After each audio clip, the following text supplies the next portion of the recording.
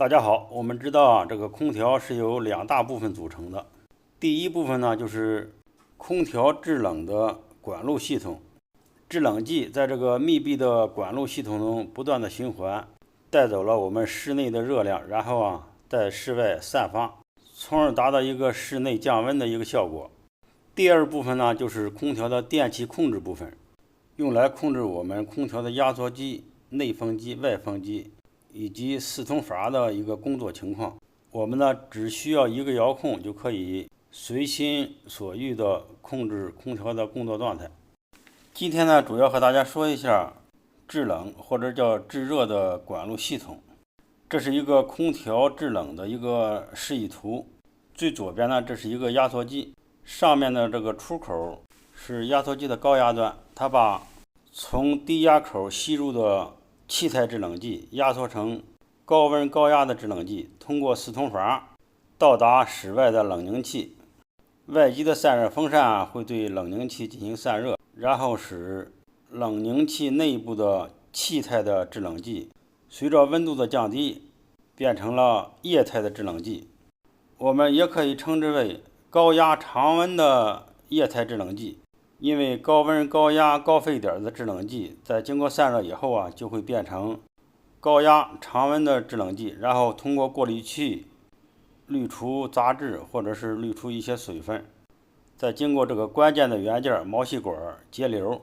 毛细管呢就是很细的一种铜管子，毛细管下端呢就经过我们的细铜管进入到我们室内的蒸发器。经过降压节流以后的制冷剂它呢仍然是以液态的形式存在的，是一种液体。而液体气化的过程就是发生在我们室内的蒸发器中。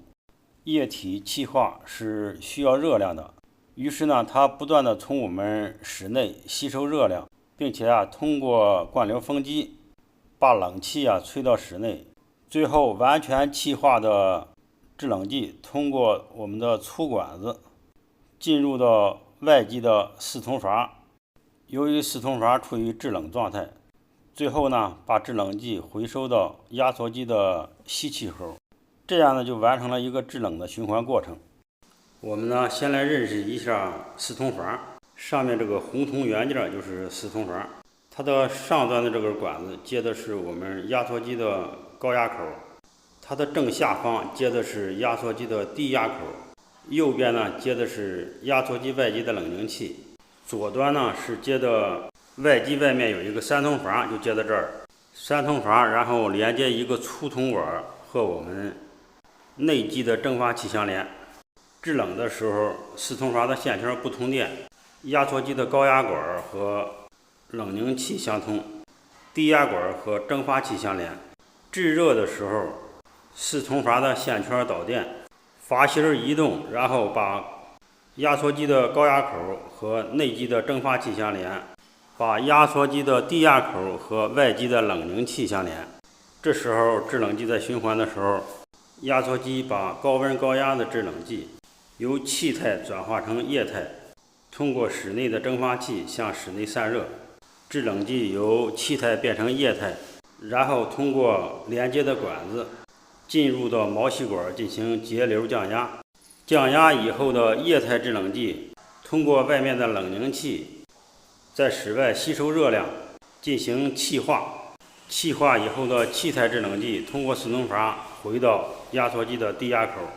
这就完成了它的一个制热的过程。这个说起来好像很复杂，实际上是很简单的，就是制冷剂在循环系统中不断的由气态变成液态，然后又由液态变成气态。在制冷的时候呢，把房间内的热量带到室外；在制热的时候呢，把外界的热量带到室内，这样一个循环的过程。